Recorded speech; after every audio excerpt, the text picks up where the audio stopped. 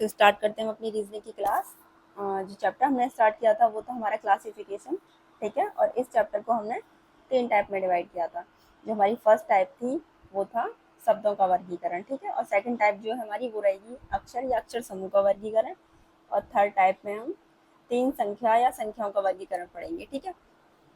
तो हमारी first type start हो चुकी थी जिसमें हमने शायद 29 क्वेश्चन कर लिए थे। तो आज जो हमारा क्वेश्चन होगा वो रहेगा 30, मतलब 30 से स्टार्ट करेंगे, ठीक है। तो क्वेश्चन नंबर 30 देखिए। इसमें 4 ऑप्शंस दिए हैं, 3 सेम होते हैं और एक हमारा अलग होता है, ठीक है, वर्गीकरण में।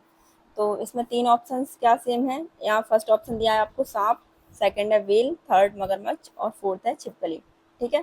तो यहाँ पे हमारा राइट आंसर हो जाएगा, वो हो जाएगा व्हेल। बाकी तीनों जो हैं वो सरीसृप वर्ग में आते हैं, ठीक है। ये कौन से वर्ग में आते हैं, ये आते हैं आपके सरीसृप,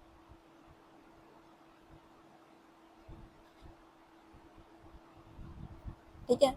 और जो वेल है आपकी वो है स्तनधारी, वो स्तनधारी जीव है, ठीक है। तो यहाँ पे ऑप्शन बी ये अलग हो जाएगा, बाकी तीनों सेम है या सेम वर्ग के हैं, ये कह सकते हैं हम कि सेम वर्ग के हैं, ठीक है। आगे क्वेश्चन नंबर 31, ध्रुवीय भालू या पेंगुइन, सील या बाघ, ठीक है। तो यहाँ तो आपको पता है राइट आंसर क्या हो जाएगा आपका, बाघ। बाकी सब क्या है, बाकी सब जो है वो बर्फीले स्थान पे पाए जाते हैं, ठीक है। कहाँ पाए जाते हैं ये सारी के सारे, बर्फीले स्थान पे।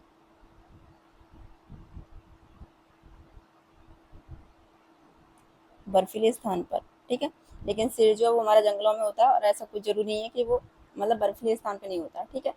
अब बात करें क्वेश्चन नंबर 32। तो ऑप्शन ए ढोलक, ऑप्शन बी मृदाल, सी मृदंग और फोर्थ यानी कि लास्ट जो डी है वो है आपका तबला। तो यहाँ पे आपका राइट आंसर हो जाएगा डी, यानी कि तबला। तबला क्यों, क्योंकि ये एक तरफ से बजाया जाता है, ठीक है। बाकी ये तीनों जो हैं ये दोनों तरफ से बजते हैं, ये एक तरफ से, एक तरफ से बजता है। बाकी ढोलक की बात करें या मृदाल की बात करें या मृदंग की, तो ये दोनों तरफ से, दोनों तरफ से बजते हैं। ढोलक तो आप लोगों ने देखी होगी, ठीक है। अब क्वेश्चन नंबर 33 पे आइए। यहाँ पे दे रखा है चना, जौ, गेहूं और मूंग, ठीक है। तो यहाँ पे हमें एक अलग बताना है। तो अलग यहाँ पे क्या हो जाएगा, ऑप्शन डी यानी कि मूंग।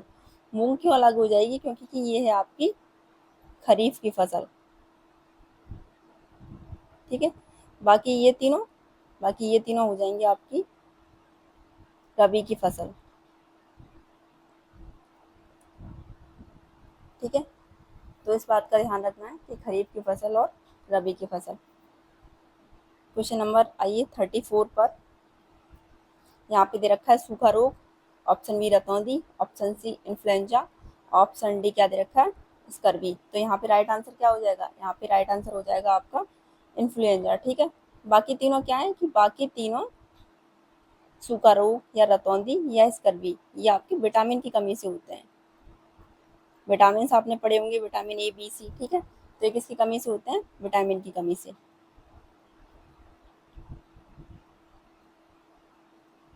ठीक है। और जो आपका इन्फ्लुएंजा जो है ये होता है आपकी वायरस की कमी से। ये किसकी कमी से, ये है वायरस, वायरस की कमी से, ठीक है। अब क्वेश्चन नंबर देखिए 35।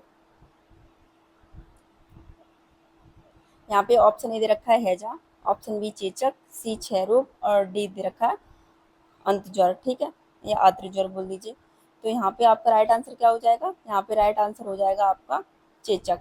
क्योंकि कि चेचक क्या है कि चेचक आपका वायरस से होता है, ये भी किससे होता है, वायरस से, ठीक है। और यहाँ पे जो बाकी तीनों रह गए, बाकी तीनों के तीनों होंगे वो बैक्टीरिया से। तो यहाँ लिख लो बाकी तीनों रोग बैक्टीरिया की कमी से,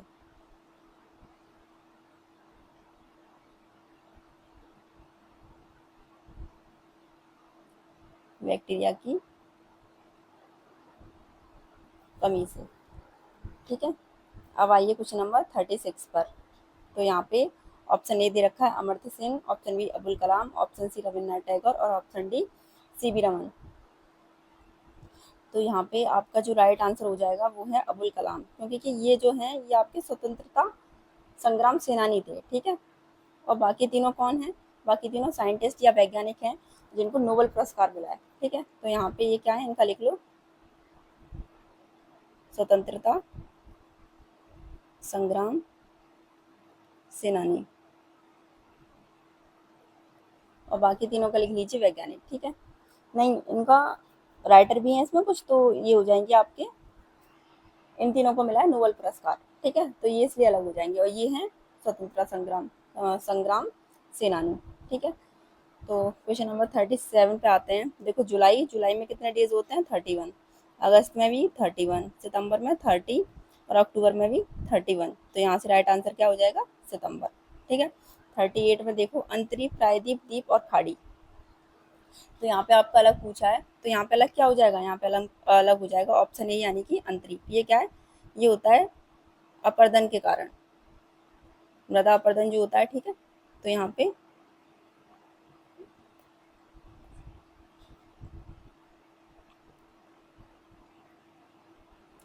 अपर्दन के कारण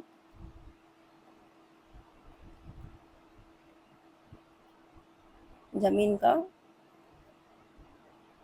उठा हुआ भाग, ठीक है।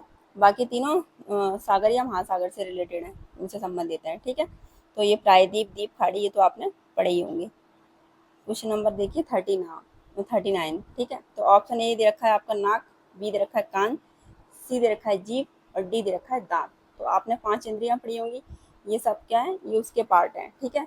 तो यहाँ पे ऑप्शन डी राइट हो जाएगा, दांत। ये उसका पार्ट नहीं है इंद्रियों का, ठीक है। नाक, कान, जीभ, और शायद मेरे हिसाब से नाक, कान, जीभ और शायद होंठ भी होते हैं, ठीक है। लेकिन दांत उसका पार्ट नहीं है, तो यहाँ पे डी, ऑप्शन डी अलग हो जाएगा। ये तीनों की तीनों इंद्रियां होती हैं, और ये इंद्रियों की संख्या कितनी होती है? इनकी संख्या होती है 5। 3 दे रखे हैं यहाँ पे, ठीक है। क्वेश्चन नंबर देखिए 40, यानी कि 40। यहाँ पे ऑप्शन दे रखा है कान, बी दे रखा है यकृत, सी दे रखा है वक्र, और डी दे रखा है आँख, ठीक है। तो यहाँ हमसे पूछा है कि अलग क्या हो जाएगा। तो यहाँ पे देखो, वक्र ये आपका राइट आंसर हो जाएगा, क्योंकि कि ये क्या है? वक्र, ये आपका उत्सर्जक अंग बोल सकते हैं इसको, ठीक है। क्या बोलेंगे इसको? उत्सर्जक या उत्सर्जी अंग, ठीक है। तो यहाँ लिख लीजिए, उत्सर्जक अंग, ठीक है। और बाकी के तीनों जो हैं वो आपके वो आते हैं आपके ग्राह्य अंग के, ग्राह्य अंग में, मतलब बाकी के तीनों ये ग्राह्य अंग में आते हैं, ठीक है। और ये आएगा आपका उत्सर्जक अंग में। अगर बात करें क्वेश्चन नंबर 41 की, तो option A spooner, B table tennis, D badminton, sorry C badminton, और डी बिलियर्ड्स, ठीक है। तो यहाँ पे पूछा है कि अलग क्या हो जाएगा। तो यहाँ देखो, बैडमिंटन है, ये आपका अलग हो जाएगा, ठीक है, क्योंकि ये मैदान या कोर्ट में खेला जाता है। और बाकी के तीनों जो हैं ये आपके इंडोर गेम्स हैं, ठीक है, जो सभी टेबल पे खेले जाते हैं। तो यहाँ पे अलग क्या हो जाएगा? बैडमिंटन। यहाँ पे लिख लीजिए, ये मैदान में खेला जाता है। और बाकी जो बच्चे तीनों आपके, ये टेबल पर खेले जाते हैं, ठीक है। और ये इंडोर गेम्स है, बाकी तीनों स्कूल में टेबल टेनिस और बिलियर्ड्स, ठीक है, ये आउटडोर गेम है। तो यहाँ पे ये भी लिख देना, आउटडोर गेम। बाकी तीनों इंडोर गेम्स, ठीक है। क्वेश्चन नंबर 42, यहाँ पे दे रखा है मील, सेंटीमीटर, लीटर और गज। तो इसमें पूछा है कि अलग क्या हो जाएगा आपका। तो आप लोगों को पता ही है इसमें अलग क्या है, ये है लीटर। लीटर क्यों अलग है? क्योंकि कि ये द्रव को मापता है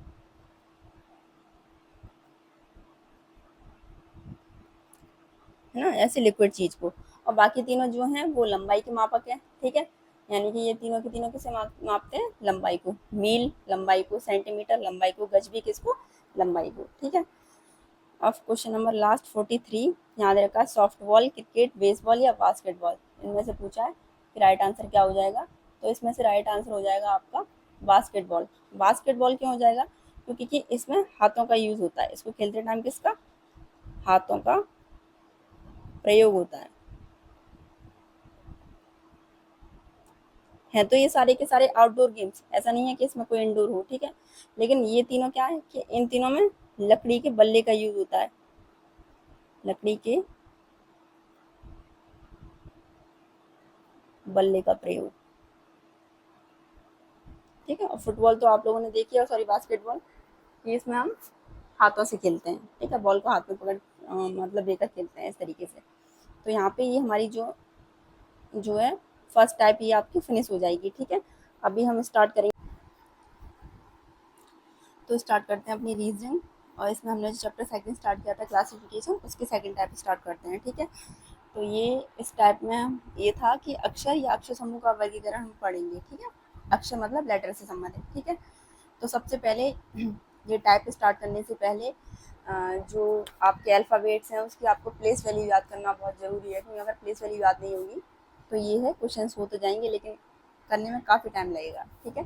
तो सबसे पहले हमें प्लेस वैल्यू याद होनी चाहिए, तो एक बार लिख लेते हैं सभी की प्लेस वैल्यू, जैसे A B C D F G H I J K L M N O P Q R S T U V W X Y Z, ठीक है।